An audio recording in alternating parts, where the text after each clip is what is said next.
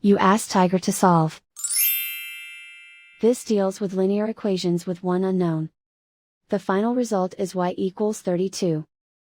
Let's solve it step by step. Group all constants on the right side of the equation. Subtract 22 from both sides. Simplify the arithmetic.